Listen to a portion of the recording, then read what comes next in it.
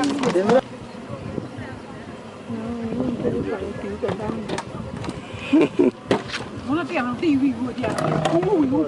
have come to follow our people and with the belief, because we have strong belief.